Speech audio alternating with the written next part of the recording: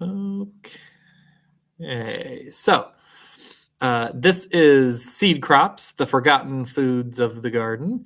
And I am Dean Gunderson, the Chief Program Officer here at Seed St. Louis. And hopefully I'll get you all excited about some plants that are often neglected when people are thinking about a backyard garden. So first, what is a seed crop and why might you want to grow them in a garden setting? So how I'm defining seed crop here is a crop whose primary harvest is their seeds, and generally they're like dried seeds. So I'm not talking about like shelled lima beans as much or things like that. So those would be things that like you'd be harvesting dried seeds from generally. These are normally pretty minor crops in the garden because they yield lower than most vegetables. And most people, especially in urban areas, have a limited amount of growing space, so they want to maximize their production. So they focus on those vegetables that yield the most kind of poundage per square foot. But most of that poundage is water, and so these seeds for some of these other uses that we'll talk about, the yields aren't quite as low as it might seem. They also tend to have very few pests and diseases. This is how we can grow most of these crops on like tens of thousands or millions of acres. Um, you know, like with very few people actually doing that. We can't do that with kale or lettuce. We can do that with these crops because they are pretty pest and disease resistant. They also tend to have lower water needs, which is again how we can grow these on sometimes millions of acres without irrigation, which we cannot do with vegetables. Vegetables are pretty much all irrigated.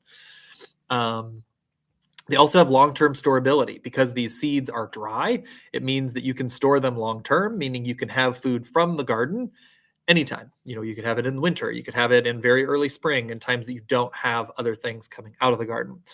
And also, if you have a lot of space, or you have a year where maybe you don't have a lot of time or energy, they are a great way to kind of keep the garden full while lowering the amount of labor that needs to be done. So, just as an example, cowpeas, which are one of my favorite ones, that we'll talk about today. A couple of years ago, I was tired of gardening. I do it on my own. I do it at work all the time. Spring had been crazy, and so by like end of May, June, I was like, I'm not doing it this year in my like personal garden. I still gardened at work, but I was like, I'm not doing it, and so I just planted a whole bunch of cowpeas in all my beds, and I weeded them, I think, once. And I watered them a couple times until they sprouted. And then I just literally completely ignored them the rest of the year. And I still got a bunch of dried beans at the end of it, which I can use in various ways that we'll talk about. So they can be a really good way to fill up a space if maybe you're having an off year or an off time of year, that you can just kind of put them in there. And they do need some care, but pretty minor compared to, again, most other vegetables that people talk about. So I will say there are so many options. I had to cut down a lot so that it would fit into this 1 hour class in terms of how many different seed crops you could grow. And so today, what I really focused on was those that I think are best for that like pretty small scale. So the way that I defined that is these are things that are easy to process. There's a lot of these that might be very easy to grow, might be high yielding, but you need like specific tools to make the processing work. And if you're only growing in like a raised bed or a few raised beds, getting all that equipment doesn't make any sense. I also wanted things that had secondary uses, and these are generally vegetable uses of some kind, and also to have decent yield for the specific use that we'll be talking about, and or fun or educational. So there's one or two in here that are great, but they like we're going to talk about peanuts for a little bit. They don't really have any secondary uses, but they're really fun and educational for some other reasons. So there's kind of three categories of plants here that we'll talk about. So we'll talk about pulses, which is kind of legume crops. We'll talk about grains and pseudo cereals, which are kind of like grains. And then there's a few that don't fit into those categories that I'm just calling seeds. And we'll talk about those at the very end. There we go. So first, pulses. So pulses is the term for a legume, so like something in the bean family that produces a dried seed that is consumed. So that's what we're talking about here. And there's a lot of them that you could do in kind of the St. Louis region. So for cool season, so these are things that you're actually going to plant really early for the most part, like much earlier than most vegetables. So like late February, early March, around the time that you're planting peas, which is actually one of them you see here. But they are both vegetable and kind of grain or pulse variety of peas. So you'd be planting kind of all of these peas, lentils, chickpeas, and fava beans all in that same time that you would be planting peas. And then there are warm season legumes. So these are things that you'd be planting after frost, usually around now, although some of them can be planted a little earlier, in like late February into early May. So these would be like dried beans. So like any of the dried beans you can think of, cowpeas, which are often called black-eyed peas here in the United States, but black-eyed peas are just one type of cowpea. They're just like different colors, basically. And so like any of the cowpeas do well. Tepary beans. And I have this thing here, and then I forgot to reference it. So this one here on the left, so this is the cowpea. You can see it's the biggest one. So the tepary bean is this one here. This one, this kind of second from the right is the common bean. Lima beans I don't have on here, but you can grow those as like a dried bean as well. Pigeon peas, which are also not on here, but are about this size, the third from the right. Soybeans, mate beans, which is this black one here, kind of third from the left. Adzuki beans, which is this one that's second from the left. Mung bean, which is this middle one. And then peanuts. So those you would all, like I said, yeah, you'd be planting around now. Those are all ones that you'd be doing for dried beans. So for cool season, the one that stands out is grain peas. So again, these are peas that you'd be growing not as like a sugar snap pea or like, the green peas that you eat as a vegetable, but that you are letting dry and turn into like a dry, hard pea. We like these for a couple different reasons. And compared to the other ones that you can plant in spring, it's the real standout. So lentils and chickpeas are lower yielding than those grain peas. They're also a lot more weedy. They don't cast as much shade. The peas really cast a lot of shade. You don't really need to weed them a whole lot when you're growing them this way. And fava beans sometimes take too long if we have like an early summer and they just don't really like it. So the yields can also be pretty low. But the grain peas, you're going to plant at the same time as your vegetable peas. So again, like late February. Or the other thing is in grain peas, there are ones that can be overwintered. So for these, you're going to be planting these actually in October, and then they're going to grow kind of all winter, and then you're going to harvest them in June, similar as you would to garlic. So the varieties that work for this are Blaze, Lynx, and Austrian Winter. So all three of these you can plant at that time. They'll overwinter and then produce the following year. And these are great cover crops if you're also wanting to get like a little multi-purpose out of there. But then the main question is like, well, why would I want them overwintering versus like planting them in the spring? And the main thing is pea shoots. So this is really the big secondary use of peas. And it's one that peas are actually grown just for this purpose in East Asia, but they're not as well appreciated for this in the States. So this is what it would look like if you were growing them inside, but it's just like the young shoots of peas are tender and edible. They taste just like, pea pods. And if you have ones that you're planting in October and they overwinter, you could harvest them literally at any time.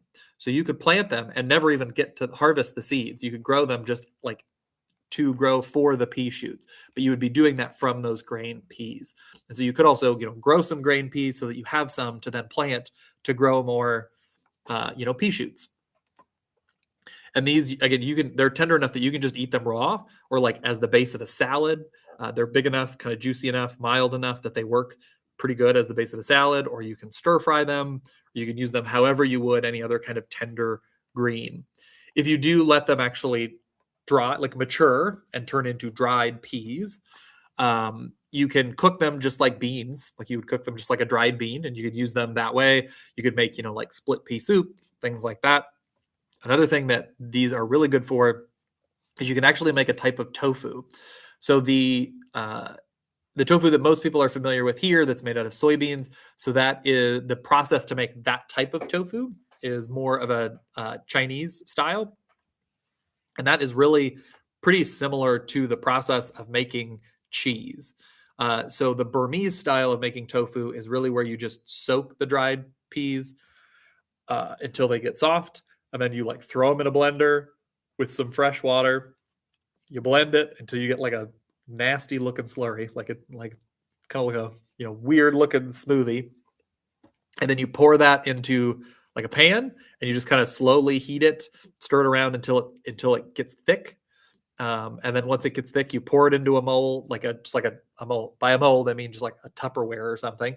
Stick it in the fridge for a couple hours, and it turns into basically something very similar to tofu. So it's a lot easier to produce than most other tofus. And these like dried peas work really well to make that. I've made it many times, and it works really well. It's delicious. And it's high in protein like tofu, but it also has the fiber and the other components that are in the pea, whereas the kind of Chinese style, it's really just like super high in protein. Or you can just again save those dried those dried peas, and you can have pea shoots all year round because you can grow them like microgreens inside at any time you want to have vegetables. So again, this is a good one where you might think, oh, maybe the yields aren't that high, but if you grow them over winter when you're not really growing anything, and then in an area that maybe you're not going to be growing spring crops but summer crops, you can grow them, harvest all the dried peas, bring them inside, and then plant your green beans or something for the summer in that space, and then you can keep the dried peas that you harvested and grow microgreens all winter long, or some other like gap in your production in your garden. So then for warm season, the pulse that is our favorite is cowpeas. I already kind of gave that one away. Cowpeas are our favorite because they are drought and heat tolerant, like very drought and heat tolerant, much more so than really any other bean. They're very competitive with weeds. They have really big cotyledons, which are those first leaves that come up, and they grow pretty dense and pretty quickly. And so once they really get going, they really don't need weeded that often. They're very similar to sweet potatoes. If you've grown sweet potatoes before, where once the sweet potatoes get going, they don't really need weeded or anything. These cowpeas are basically the same. They're also very pest and disease resistant. There's really not that many issues other than rabbits. Rabbits like them just like they like any other beans because the young greens are edible to you too. But because of that, rabbits also like that. So you would want to fence them just like any other bean if you do have rabbits that are an issue in your garden. They're also, interestingly enough, pretty shade tolerant. So they work pretty well if you have kind of an area that is a little shady. They don't want deep shade or anything like that. But if you have a garden that's kind of part shade, they'll do okay in those areas. And so we like them over the other beans that we just talked about, all of which are good and you can use in very similar ways. But they are hardier than the common bean, and they are higher yielding than really all the other ones that we talk about. So they like have a nice kind of middle ground where you get a little bit of the best of both worlds. So these are, warm season like we talked about. So you plant them after the frost, so like late April, but they're also pretty quick maturing. So you can plant them as late as like July and still get a crop before frost, which is also nice in terms of just like fitting them into somewhere in your planting plan. In terms of secondary uses, so not, the dried seeds, the leaves are actually edible and not bad and pretty high in protein. The younger the leaf, the more tender and kind of the more pleasant they are. The older ones, though, are also edible. They're just a little tougher, so you would want to cook them for longer. You can also eat them as green beans when the pods are very young. They need to be pretty thin to be good as green beans, but they are good green beans. I regularly pick them and just kind of snack on them in the garden. You can also then use them as shelling beans. So this is what like black-eyed peas are kind of more commonly known for, where you would shell them before they dry and then eat them kind of like you would a vegetable pea, but it's a bean, or like a lima bean kind of situation. If you let them go all the way to the dried phase, you can cook them just like any other dried bean and use them in a recipe just like any other dried bean. They also make great Burmese style tofu, just like the peas, like we just talked about. But they also make pretty good sprouts. So this is a picture down here. So like if you've ever had mung bean sprouts or just like bean sprouts in East Asian cuisine, you can also make that out of cowpeas. They're much bigger, and so they're pretty hardy, but they work pretty well for that.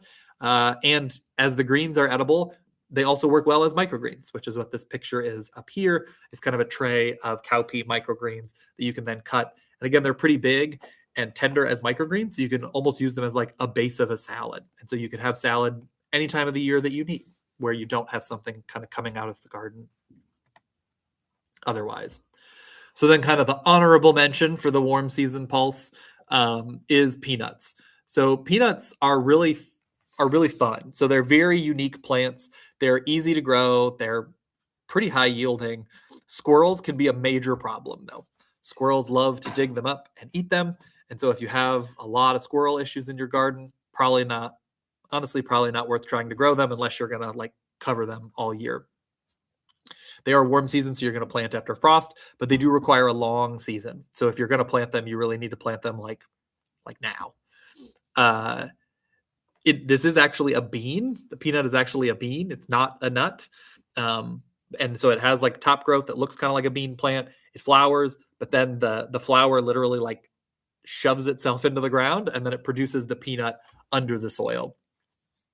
So that makes it pretty fun, especially if you're working with kids, in schools, or just like have a kid at home, or just, your inner child wanting to experience fun and weird things that plants do. Like digging for them is just kind of a fun activity in the fall. It's always kind of an adventure to see, how many there'll be. And this is just a picture. I don't know, maybe that's me. I don't remember. It's an old picture. Just holding just a handful of peanuts that we just dug out of the garden that were then thrown into this bucket. Like I said, they don't really have any secondary uses in terms of like, you're not really, eating the leaves or anything like that. But in terms of uses for the peanuts themselves, you can, of course, like roast peanuts and just eat them. You can make peanut butter, something like that. But the one that I have more recently found, as someone who unfortunately cannot have animal dairy anymore, they make a surprisingly good dairy-free cream alternative. And this isn't a situation, where you have people being like, "Oh, it tastes just like bacon," and it doesn't.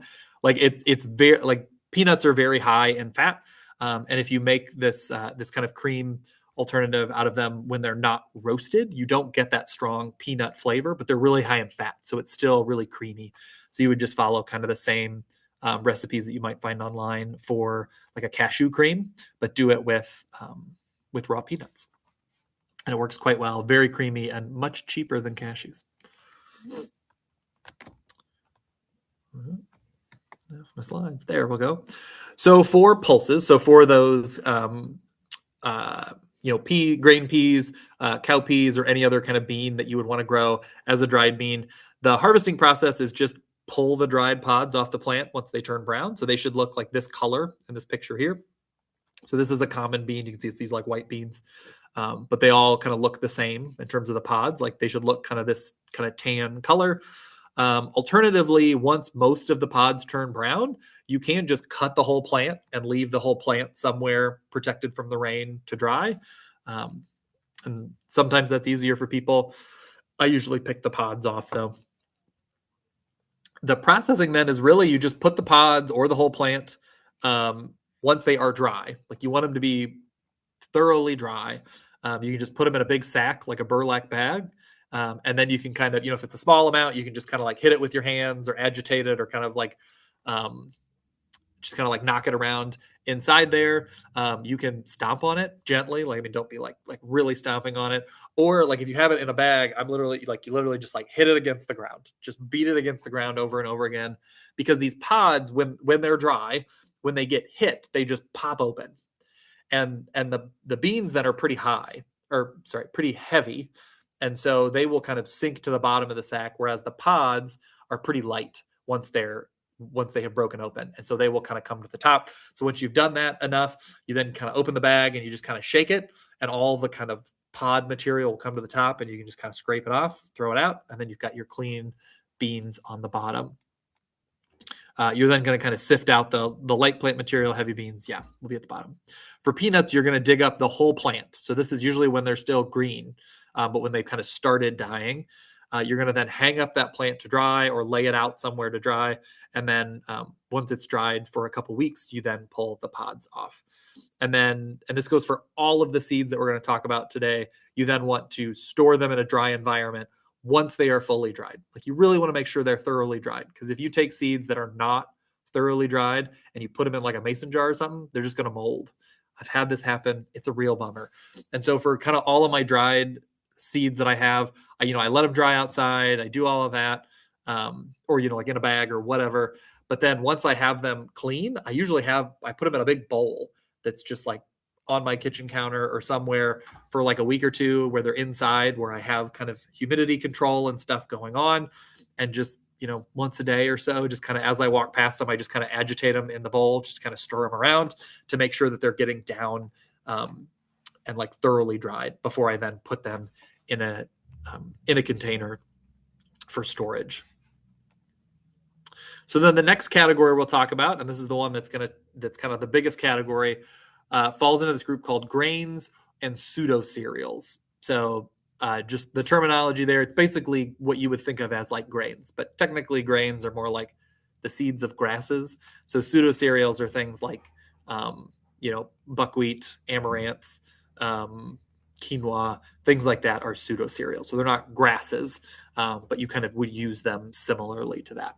So these are seeds that are low in fat and high in carbs, and they are seeds. So, like the pulses, like the legumes that we talked about last, so they're high in protein. These are more high in carbs, and both of them are pretty low in fat, except for peanuts. So in this category, the ones that we're going to talk about are, for the cool season, we're going to talk about barley and wheat. And then for the warm season, so these are plants that you would plant, again, after frost, after the last frost date. We're talking about corn, amaranth, Taiwanese quinoa, and buckwheat.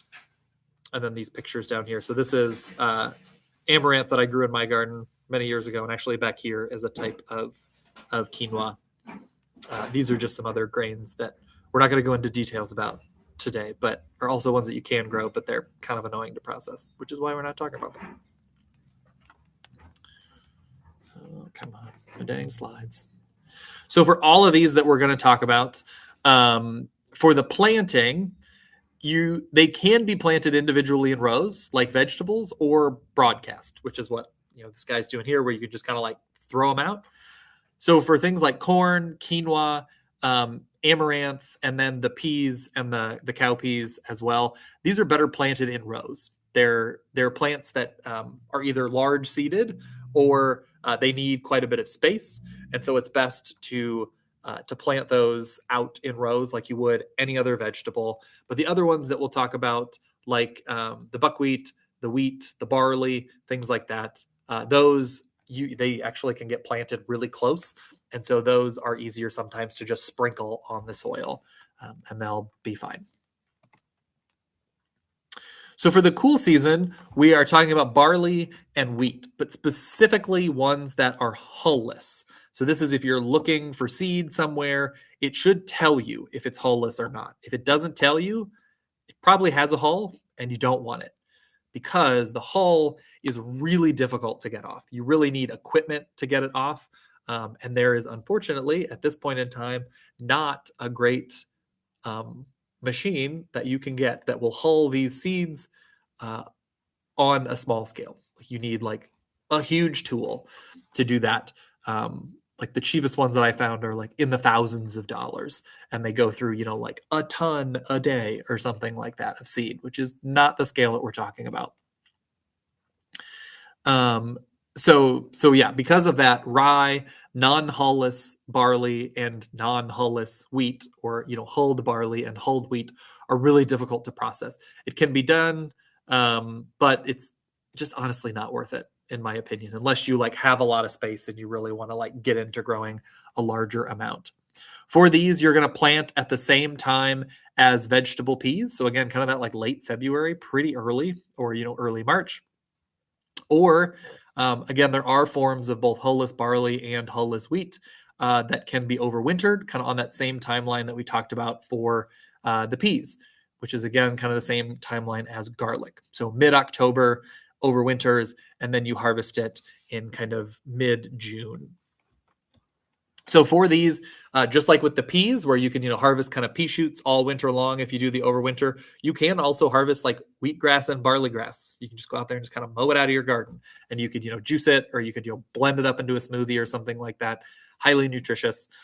Um, or if you let it mature to the grain stage, you can of course make flour out of these.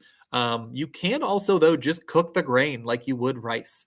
A lot of times like that's not usually how wheat is consumed here. We usually think of it as like you grow wheat to make flour, but you can just cook the grains and use them kind of similarly to rice. They're about the same size as rice. Obviously, the flavor is different. They're also great if you want to brew, and you can save the seed inside, just like we talked about with the grain peas, to grow wheatgrass all year round as like a microgreen. It's also, even if you don't like wheatgrass, I will say it is a beautiful plant, and it's really nice, even if you're not going to eat it, to just have a tray of wheatgrass in your house in the middle of winter. It is like the greenest plant you will ever see, and it just feels really nice in February when everything feels dead and sad. So then when we get to warm season, the first one that we're going to talk about is corn. Corn is just a remarkably diverse plant. There's just so many different ways to eat corn, different types of corn. The first one is obviously sweet corn. So there's sweet corn that you can grow. They're very easy to grow, but squirrels can be a problem, and especially raccoons can be a problem. I don't know how they do it. Raccoons have some sort of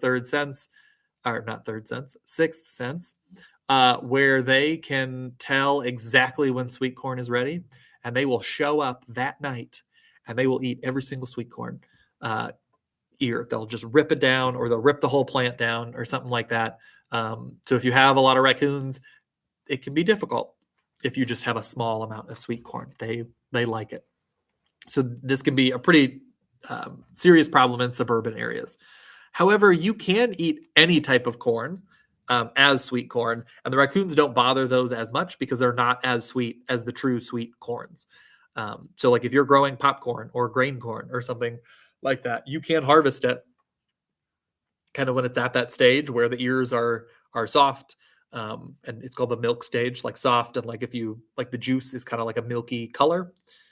You can do that with any type of corn. So if you're growing popcorn and you have an ear or two that you want to pull off and eat as a sweet corn, go for it. They're just not going to be as intensely sweet as the current sweet corn varieties. You can also eat baby corn. And this is, again, one that you can harvest from any type of corn, can be consumed as baby corn. You harvest it like as soon as the silks emerge. So like on this stalk, you can see like these little hairs that come out the end of the ear of corn. So those are the silks.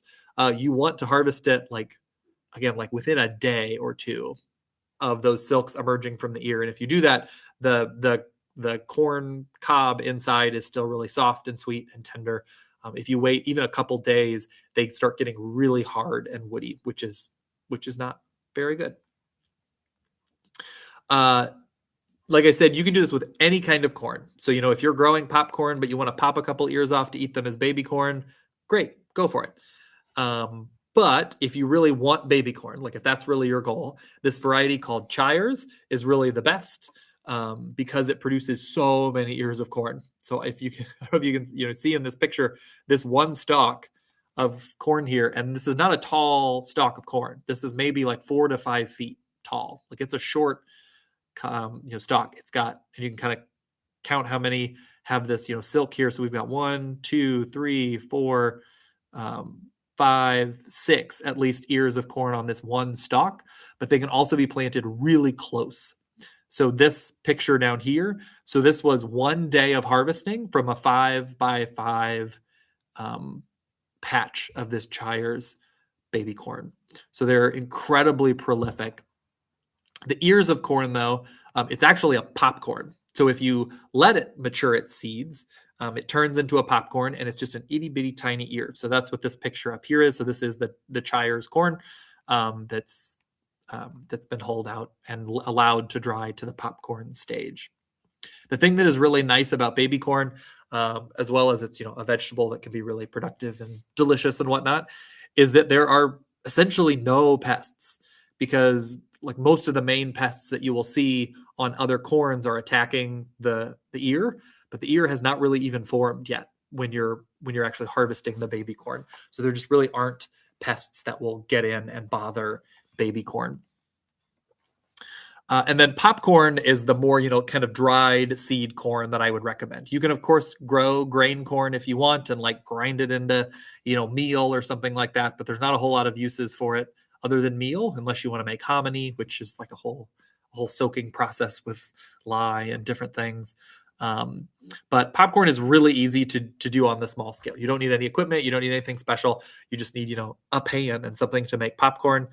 And then it will work. The other thing that's nice about popcorn is once you pop the corn, you can then grind that popped corn, and it makes like a really light, fluffy flour. It's like popcorn flour, which is a much easier way to make a corn flour than to try and grind a hard kernel.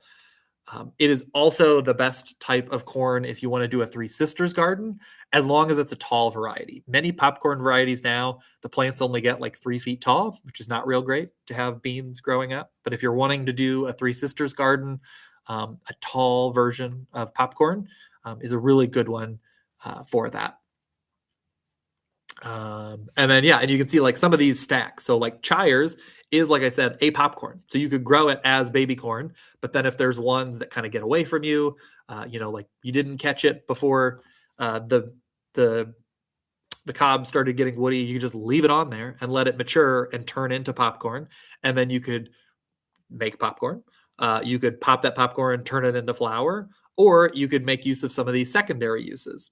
So the main one is microgreens, which sounds weird because corn leaves are not edible because they get tough really fast.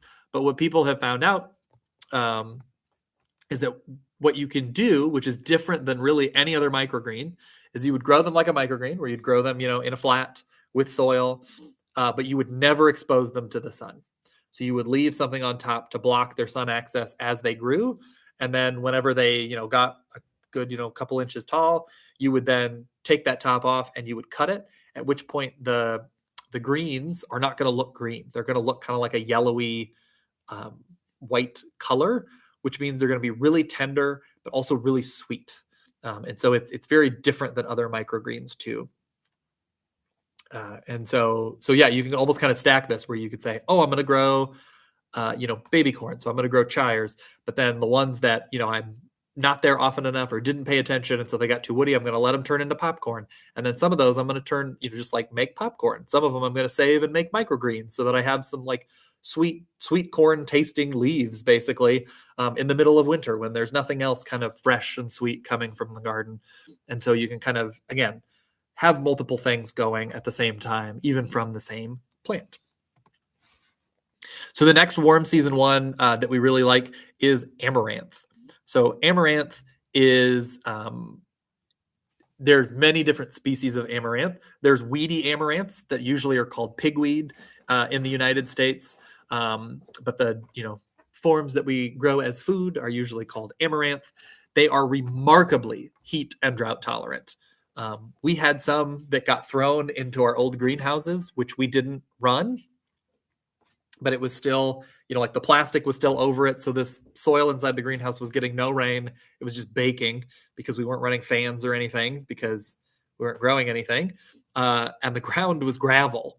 And we had some seeds that fell into that gravel, and the amaranth grew and produced for 3 years. Like we're at like set seed, dropped seed, grew again, set seed, dropped seed, grew again, for at least 3 years before we restarted using those greenhouses and then, didn't let them grow anymore. And those greenhouses, and this is not an exaggeration, they were 145 degrees when the sun was up. Like by, 8, 9 o'clock in the morning in the summer, they were 145 degrees. And so like remarkably heat and drought tolerant. very easy to grow, even if you're not the best at watering. It is good to water them, especially when they're young, to get them established. But once they get going, they really don't need a whole lot of care. They have a pretty deep taproot.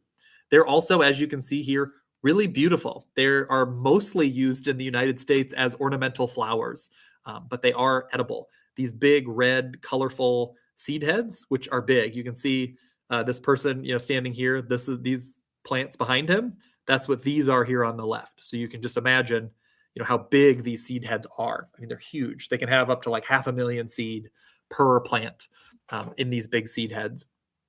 And that's what you're cutting, is that big seed head. And there's just all of these little tiny seeds in there. So for secondary uses, as in not the dried seed, the greens are also edible and are incredibly nutritious. And again, they're really, really heat tolerant. And so they'll produce in the middle of summer when there's not a whole lot of other greens that like to grow in St. Louis. And in many parts of the world, they're grown primarily for the greens. They're also called kalelu in the Caribbean, and they're called other things in other languages. But you can get both. So you can grow them just for the greens. But if you wanted to grow, a bunch of these for grains, you could harvest leaves throughout the year. You don't obviously want to strip off a huge amount of leaves, but if you're just going in every once in a while and picking, a little handful of leaves to make, a little bit of cooked greens or something like that, that's not going to affect the grain yield. So you can have kind of both of those. Or, for the dried seeds, the main uses are it's very similar to quinoa. It's actually a little smaller than quinoa. Like the seed size is a little smaller than quinoa. But in terms of its use and its nutritional profile, it's very similar to quinoa. And so you would use it in any kind of quinoa recipe. And then since the greens are edible mature, they are also edible as microgreens. And so you could, again, save them, grow microgreens any time of year that you need some extra greens. Or you can also sprout them, like we talked about, like with mung bean sprouts or something like that. They're, of course, itty bitty. It's not, a big cowpea. It's a little tiny seed, smaller than a quinoa. And so it makes little tiny sprouts. So it's very similar to kind of like alfalfa sprouts, if you've ever had those or seen them. They're very kind of fine, little sprouted kind of vegetables. So then another one is Taiwanese quinoa. So quinoa, I always kind of laughingly say that when, I love growing these seed crops and grains and pulses and things like that. It's, not super popular in a lot of urban environments. And the one that I do get asked about, though, there's not many people being like, how do I grow wheat? How do I grow, sorghum or anything like that. The one that I do get asked about more than all the others combined is quinoa, which is a little frustrating because quinoa is really the only grain that doesn't grow here. Quinoa that you get from the store hates our climate. It is adapted to high elevation, low humidity, cool summers, basically everything that is not St. Louis. Taiwanese quinoa, though, is the same family. The grain is the same. It's the same size. It tastes the same. Nutritionally, it's the same. It's just a different species in the same family, but it is from Taiwan. And so it is much more heat tolerant, much more tolerant to our humidity. It has a much more open seed head. So you can see all these little, kind of red balls or like the little seed heads. So you can see it's pretty airy, whereas quinoa is a lot more dense. And that open airiness helps prevent mildew issues and mold. Quinoa, when you can grow it here, the seed heads are really tight. And so when they get rain on it and it's then humid for the next couple days, they tend to mold, which is, not usually what you want on your food. So I think they're really beautiful. It's similar kind of to the plant Love Lies Bleeding, where it's these kind of like weeping, kind of red, flower kind of seed head little things. But the leaves are also red on them. And they get maybe 4 to 5. The biggest one I've seen was more like 6 feet tall when it was real happy. So in terms of secondary uses, very similar to amaranth, the leaves are edible. It's the same family as lamb's quarters. So if you've ever eaten like the wild weedy lamb's quarters, it's the same thing in terms of nutrition, like it tastes the same. And then the dried seeds, again, very similar to amaranth. It is quinoa. It's just a different species of quinoa. So you would use it exactly as you would the quinoa from the store.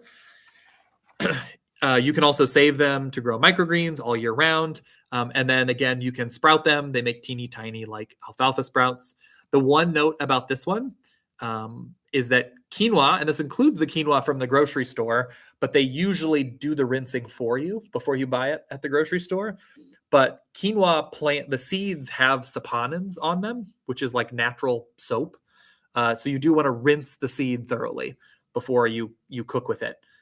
Otherwise, you're going to be eating something that tastes like soap. So since you would be growing this yourself, no one's going to be pre-rinsing it for you. That's up to you. So do that. You'll see it like if you put it in a colander or something, or like a fine mesh colander because they're pretty small, and then like run water over it and kind of like agitate them. You'll see bubbles like come out of it, and you just kind of do that until the water is not bubbling anymore, and then they should be good to go.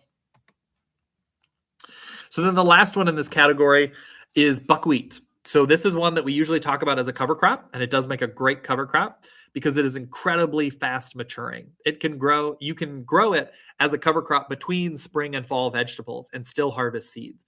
So if you were growing, bok choy and your bok choy bolts, or you're just done harvesting it by the end of May, you could plant buckwheat, and by the time it's ready to plant bok choy again, that buckwheat will have matured and you can harvest seeds from it. It's also incredibly beautiful. Most have white flowers, like these are the flowers down here, but some have pink, or they're kind of a mix of white and pink.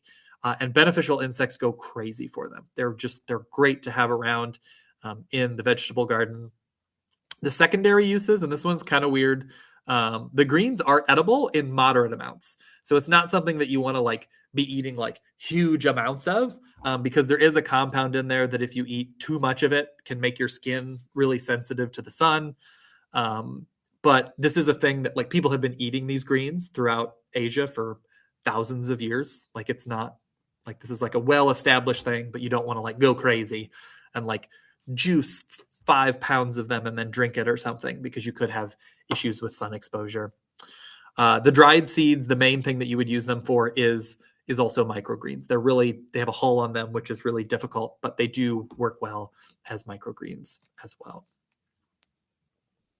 So for grains and pseudo cereals, the harvesting process. So you're going to harvest these when the seed head is dry and the seeds are hard.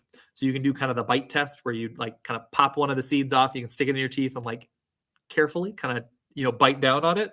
And if it's soft, like where you just kind of like chew right through it, it's not ready yet. You want to let it dry a little bit longer. But if you go to bite on it and it's pretty hard, you're good. It's ready to harvest. So for wheat and barley, this happens when the whole plant is dried. And so it's like this color. So this is wheat here. This is the same for, barley, oats, which we're not really talking about today, but oats, the same thing. And generally you're going to cut those at ground level. A lot of the other plants, so I talk about rice here, but like the quinoa, the amaranth, things like that, the whole plant might not be brown. Like the leaves might still be kind of green. They're usually going to look pretty sad, but they might still be kind of green. But the seed heads might be dry and the seeds are like falling off, at which point it's time to harvest. So for all the other ones, other than like the wheat and the barley, you're going to cut off, break off, or strip off the seeds from the plant, the seed head, and then put it in a large bag, a large bucket, or a tub of some kind so that they are contained, they're not falling all over the place, and so that you can let them dry if they need to dry some more. You're then going to let them dry. So for like wheat and barley, you would kind of set them somewhere where they're not in the rain, like as like the whole plant, and let them dry. For the anything that you're putting in like the tubs, you don't want to leave them like big stacked up in tubs, so you can kind of like lay them out, like if you have like a driveway or something, or table inside or somewhere where they can just kind of lay out and dry a little bit. You just, again, don't want to let them get rained on. And you're doing this, one, so that they don't mold, and two, because threshing, which is the action of getting the seeds off the plant, is much easier and is much more efficient if the plants are thoroughly dried.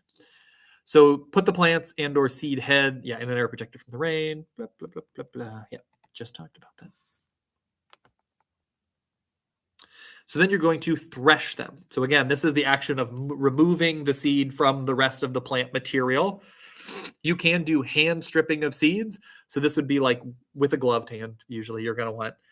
You can just like strip the seeds off the seed head. So if you have, a big clump of amaranth, that thing that I showed you, it's like, this big, huge red thing, you just kind of like rub your hand over it to kind of strip off the bigger, the clumps so that it's in kind of smaller pieces. Or for things like wheat and barley, where it's like thoroughly attached to the plant, you can do what I call the trash can method. So this is literally where you have a big trash can, you stick the plant down into the trash can, and you just like shake it back and forth, just beating it against the sides of the trash can. And just that impact of it hitting the side of the trash can is going to knock the seeds off, and then they're going to fall into the trash can. You can try this to some degree for things like amaranth, but it's not going to get everything. You're still going to have to kind of strip those off because the plant material is too brittle. It'll just kind of break if you start doing that. So for basically everything other than wheat and rye, or wheat and barley, what I'm doing is kind of like a rubbing on the screen method. So usually I have like a window screen like this that I just like attach to a piece of 2x4s or something like that. And usually you want a metal screen, not the vinyl ones, because they're tougher. You can use like a hardware cloth as well, or some other type of welded wire, but you want like a sturdy kind of metal grid of some kind. And then as you can see here, so this is amaranth that's under my hand, and I'm just rubbing it back and forth against the screen. And just that like abrasion of running it is going to knock all the seeds off and kind of like rip everything apart. And then you just dump all that material into the bucket, and then kind of these larger pieces, the sticks and things that come out of it, just throw those away. So this is what I like to do, especially for amaranth, Taiwanese quinoa, and buckwheat.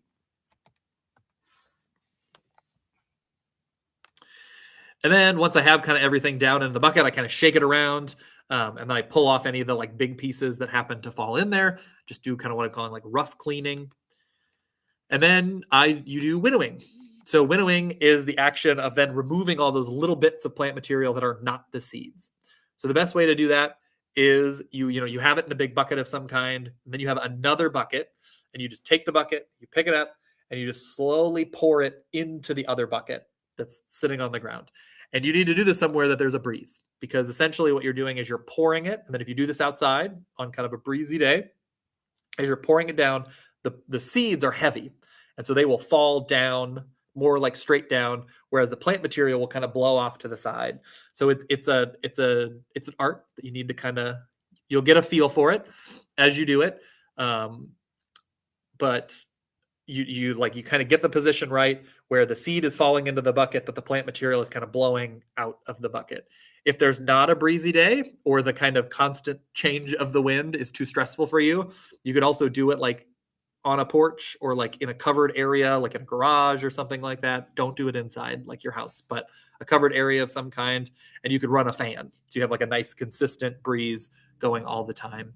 You also, if you're doing a pretty small amount, you can do kind of the bowl method, which is where it all goes into a big bowl, and you kind of swirl it around like this, and you just kind of blow into it, and that will kind of blow that plant material out of the bowl. It's going to get all over your face, but that is a good way to do like a small amount of seed if you don't want to do the bucket method. And then corn, which is the weird one. So corn, you're harvesting by just, breaking the ear off, dry it just kind of in its husk if you want, or you can rip the husk off and leave just the ear to dry.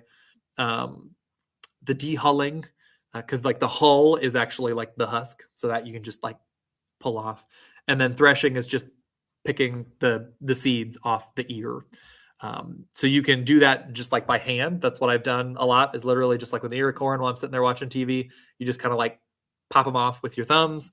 But they do make like corn shellers as well that you can get pretty cheap at most antique places, where you kind of like throw an ear in and you turn a hand crank and it just kind of knocks all the seed off. All right, so then our last category, our last couple here, the other seeds. So chia and sesame are on here. So these, again, so they don't fit into my category of having a secondary use. They don't really have a secondary use other than their dried seeds, but these are seeds that you're using in pretty small quantities usually. Most of us are not cooking with, cups of sesame seeds at a time. It's used more as like, a garnish or like a couple seeds here and there, or like adding them to a salad or something like that. And so like just the quantity makes sense in that case. And the same with chia seeds. Most people are not going through cups and cups and cups of chia seeds, although I personally do because I use them as a binder for gluten-free cooking. But most of us are not using massive quantities of either of these, and so they can make sense to grow the amount that many people use in a regular garden plot. These are both warm season, and so they are best to be planted. You're going to wait to plant them until around now, and these are also ones that the plants get quite large, and so it's best to plant them in rows, just like we talked about, like with the amaranth and the corn and things like that. So you'd plant them just like any other vegetable using the spacing that is on the seed packet. And they both have gorgeous flowers that pollinators love. So this is sesame flower down here. It's a little hard to see, but there's a bee up in there having the time of its life. Chia get kind of these flowers that look almost kind of like mint-like, but they're blue.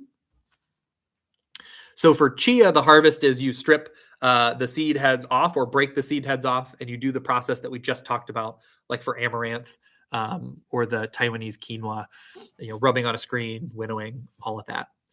For sesame, sesame's totally different. So sesame, you get these big, tall plants. So this is my foot standing next to these.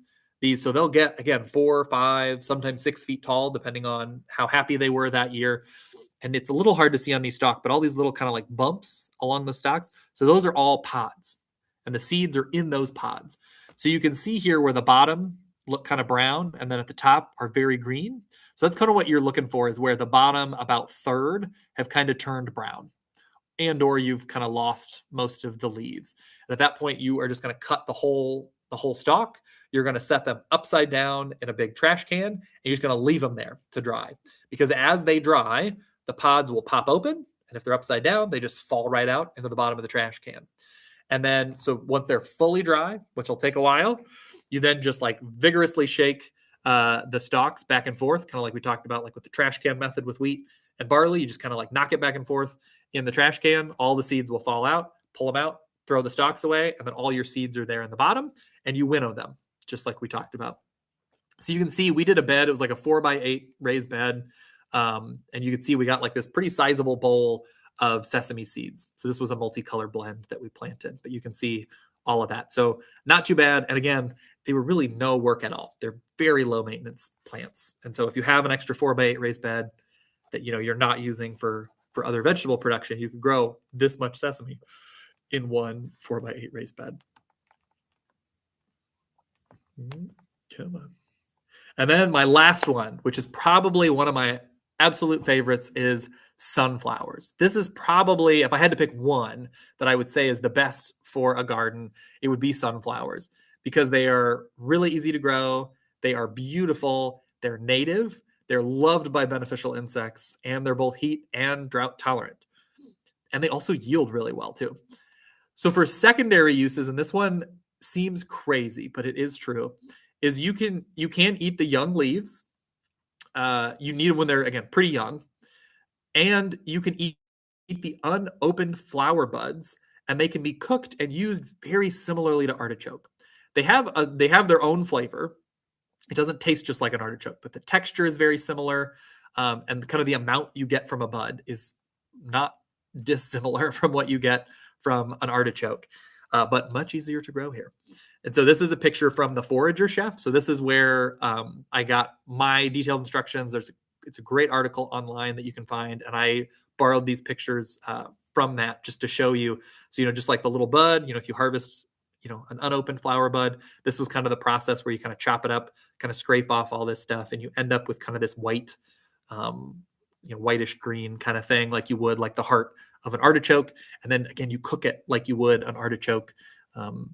And like use it in those types of recipes, and it works, again, surprisingly well. In terms of more primary uses, like if you have the dried seeds, I feel most of us know you can just roast and eat sunflower seeds, of course. But they also make great microgreens. They're very mild and they're big. And so again, I use sunflower microgreens as like lettuce replacement for like salad bases. So kind of throughout the winter when there's not lettuce from my garden, I just or in the middle of summer when there's not lettuce from my garden, I just start a tray of microgreens. Of sunflower microgreens. They take 8 days from kind of start to finish. So you can kind of time them to be like, I'm going to need some greens in about a week because I like salads, or whatever.